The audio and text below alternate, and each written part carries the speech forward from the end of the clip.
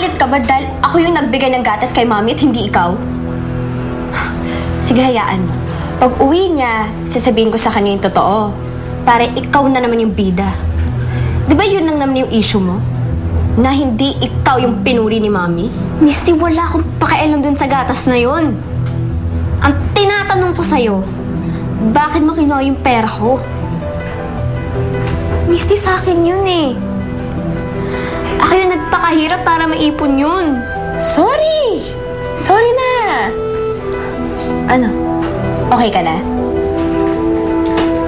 Oh, ano nangyayari dito? Wala yata akong kausap? Hindi po. Nagkatampuhan na po kami. Tampuhan? Akala ko okay kayo. Akala ko nga rin ho eh.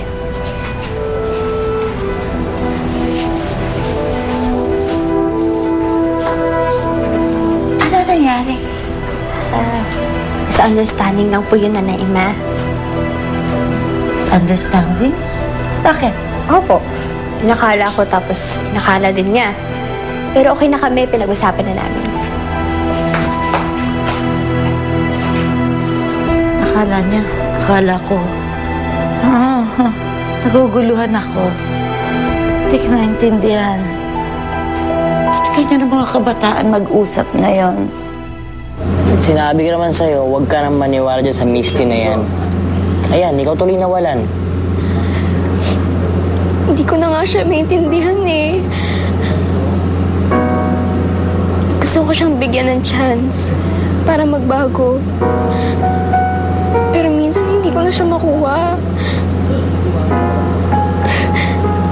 Alam ko namang maganda yung intensyon niya. Pero kadalasan mali yung paraan eh. Kita alam mo, umpisa pa lang eh. Hindi talaga akong titiwala sa kapatid mong plastic. Ang tingin ko, nagbabait-baitin lang yan para maagoy atensyon ng nanay mo sa'yo. Ingitera yun eh. Wala namang pinapaboran sa amin si Inay eh. Tsaka wala naman akong balak suluhin siya eh. Handa pa nga akong tanggapin siya bilang kapatid eh. Ikaw gusto mo.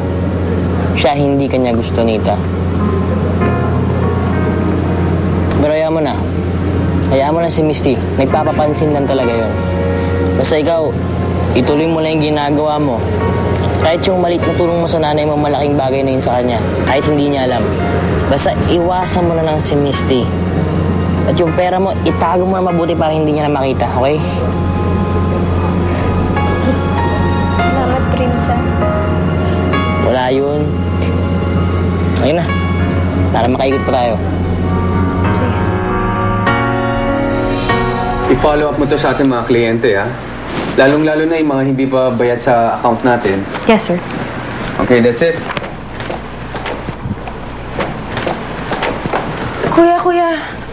Kuya, si Danica masama ang pakiramdam.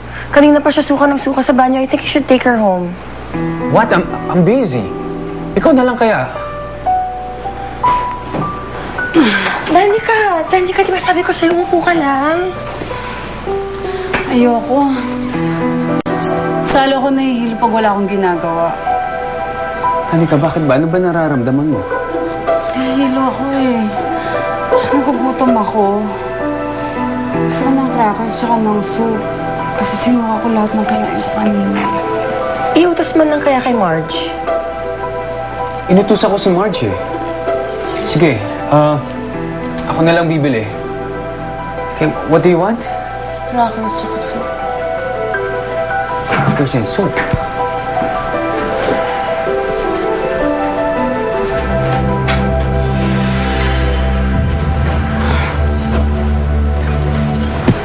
Alam mo, sooner or later malalaman ni Kuya ang totoo. Alex, planchado ko ng lahat. Kayong lahat napasakay kong buntis ako eh. And now, sisiguraduhin ko na lalaki yung tiyan ko. Tsaka, may iluluwal akong bata. Ano? Maraming paraan. Walang hindi nagagawa ang pera. Well, You may have a solution for that problem, pero paano yun kay Mira? I mean, once she decides na sabihin niya ng totoo kay Kuya, ikaw ang mawawalan. Ikaw ang maiiwan.